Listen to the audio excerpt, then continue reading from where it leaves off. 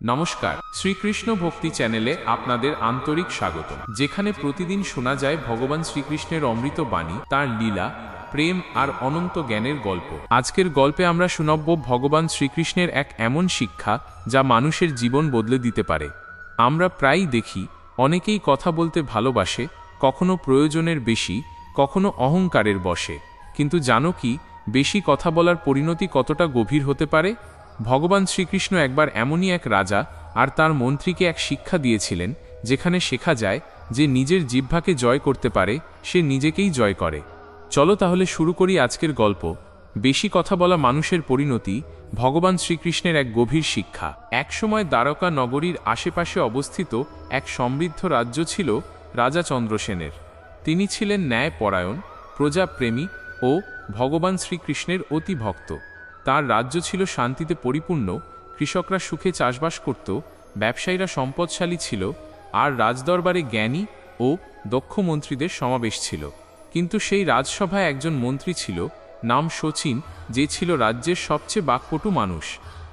সে যেখানেই যেত কথা বলতো, সকাল থেকে রাত পর্যন্ত তার মুখ বন্ধ হতো না। রাজা কিছু বললেই সে মাঝপথে থামিয়ে নিজের মতামত দিত। অন্য মন্ত্রী কিছু বোঝাতে গেলে সে বলতো, না না, তুমি ভুল বলছো, আমি জানি আসল উপায়। রাজসভায় যে কোনো কাজের আলোচনা হতো, সেখানে শচীন এমনভাবে কথা বলতো যেন সে সব জানে, অন্য কেউ কিছু জানে না। প্রথমে রাজা ভেবেছিলেন হয়তো শচীনের বুদ্ধি বেশি বলেই সে এত কথা বলে। কিন্তু দিন যেতে যেতে রাজা দেখলেন শচীনের এই অভ্যাস রাজদরবারের পরিবেশকে ভারী করে তুলছে। অন্য মন্ত্রীরা কথা বলতে সংকোচ বোধ করত, সৈন্যরা ভয় পেত, এমনকি প্রজারা পর্যন্ত বলতো রাজা ভালো, কিন্তু ওই বেশি কথা বলা মন্ত্রীর জন্য সভায় কেউ মুখ খোলে না।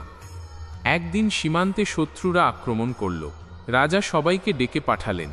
সভা বসেছে। রাজা বললেন, আমাদের রাজ্যের উত্তর সীমান্তে সৈন্য পাঠাতে হবে, খাদ্য ও অস্ত্রের যোগান নিশ্চিত করতে হবে। কিন্তু শচীন তখনও বাধা দিয়ে বলল, না না মহারাজ, আমি জানি এই কাজ কিভাবে করতে হয়, আপনি শুনুন আমার পরিকল্পনা। তারপর সে এত কথা বলতে লাগলো যে অন্য মন্ত্রীরা সুযোগই পেল না কিছু বলার। শেষে এক প্রবীণ সেনাপতি বিরক্ত হয়ে বললেন, মন্ত্রীমশাই, কথা বলতেই যদি সব চলে, তাহলে যুদ্ধ কে লড়বে? রাজা সেদিন কিছু বললেন না, কিন্তু তার মনে দাগ পড়ল।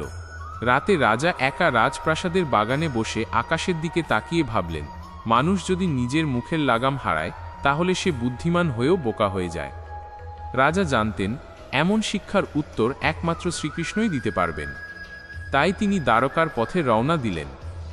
দীর্ঘ যাত্রার পর রাজা দ্বারকায় পৌঁছালেন। সেখানে শ্রীকৃষ্ণ তাকে আন্তরিকভাবে গ্রহণ করলেন। রাজা প্রণাম করে বললেন, প্রভু, আমি আপনার কাছে এক গভীর প্রশ্নের উত্তর চাই। যারা বেশি কথা বলে তারা কেন জীবনে শান্তি খুঁজে পায় না? শ্রীকৃষ্ণ মৃদু হাসলেন, তার চোখে করুণার আলো জ্বলল।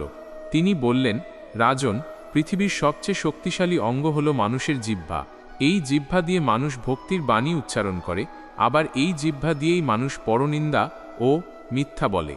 যে নিজের জিহ্বাকে নিয়ন্ত্রণ করতে পারে না, সে নিজের মনকেও বসে রাখতে পারে না। মন আর জিহ্বা এক সূত্রে বাঁধা। মুখ যত বেশি বেপরোয়া হবে, মন তত বেশি অস্থির হবে।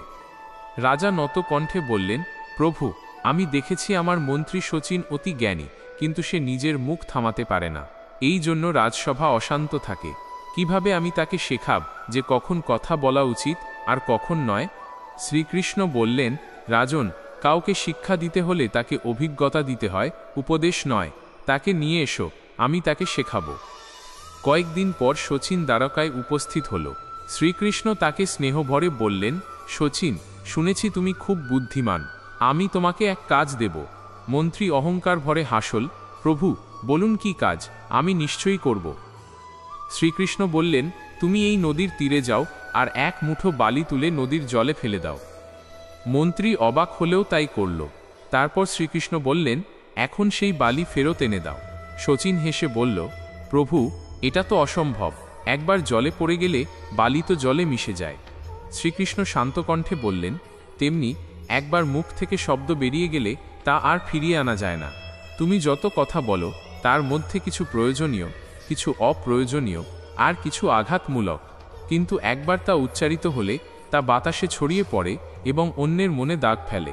তাই বলার আগে ভেবে নাও, কারণ একবার উচ্চারিত শব্দের পরিণাম আর বদলানো যায় না। মন্ত্রী তখন একটু চুপ করে দাঁড়িয়ে রইল। শ্রীকৃষ্ণ বললেন, জানো শচীন, নদী যত শান্ত তার গভীরতা তত বেশি। মানুষও তেমন। যে নীরব থাকে সে গভীর জ্ঞানধারী, আর যে অহেতুক বেশি কথা বলে সে নিজের গভীরতা হারিয়ে ফেলে। তোমার অহংকার তোমার জ্ঞানকে ঢেকে ফেলেছে। শচীনের চোখে জল এল। সে বলল, প্রভু, আমি বুঝতে পারছি আমি কত অযথা কথা বলেছি, কতজনকে কষ্ট দিয়েছি। শ্রীকৃষ্ণ তার মাথায় হাত রেখে বললেন, যে বুঝেছে সে পরিবর্তন শুরু করেছে। মনে রেখো, জিহ্বাকে জয় করা মানেই নিজেকে জয় করা। রাজা তখন বললেন, প্রভু, আপনি সত্যিই মানুষের মন জানেন। আমি আজ থেকে রাজসভায় এই বাণী ছড়িয়ে দেব। সবাই যেন জানে কথার শক্তি তলোয়ারের চেয়েও বেশি। শ্রীকৃষ্ণ হেসে বললেন, রাজন, তলোয়ার ক্ষণিক আঘাত করে কিন্তু মুখের কথা চিরস্থায়ী দাগ রেখে যায়। তাই ভেবে বলো, শান্ত মনে বলো এবং প্রয়োজনে নীরব থেকো। সেদিনের পর রাজা ও মন্ত্রী ফিরে গেলেন রাজ্যে। শচীন এখন একদম বদলে গেছে। সে আগে যেভাবে অহেতুক কথা বলতো এখন তেমনই নীরব থাকে। রাজসভায় যখন সে কথা বলে সবাই মনোযোগ দিয়ে শোনে। তার কথায় এখন ওজন আছে, ভাব আছে, শ্রদ্ধা আছে। প্রজারা অবাক হয়ে বলে, এই কি সেই শচীন যে সারাদিন কথা বলতো? রাজা মৃদু হেসে বলেন, হ্যাঁ, কিন্তু এখন সে নিজের জিহ্বাকে জয় করেছে। আর যে নিজের মুখকে বসে রাখতে পারে সে পুরো পৃথিবীকে বসে রাখতে পারে।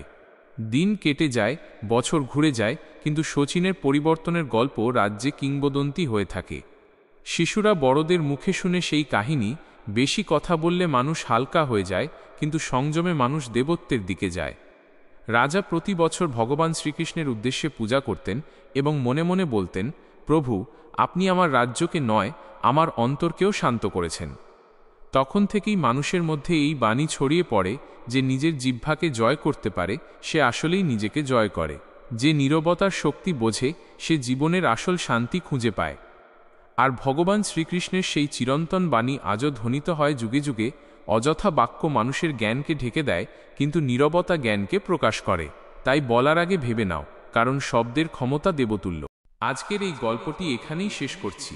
যদি শ্রীকৃষ্ণের এই বাণী তোমার মনকে ছুঁয়ে যায় তাহলে ভিডিওটি লাইক করো, তোমার প্রিয় বন্ধুদের সঙ্গে শেয়ার করো, আর চ্যানেলটি সাবস্ক্রাইব করে রেখো, যাতে পরের গল্পে আবার আমরা একসাথে কৃষ্ণের নামে মিলিত হতে পারি।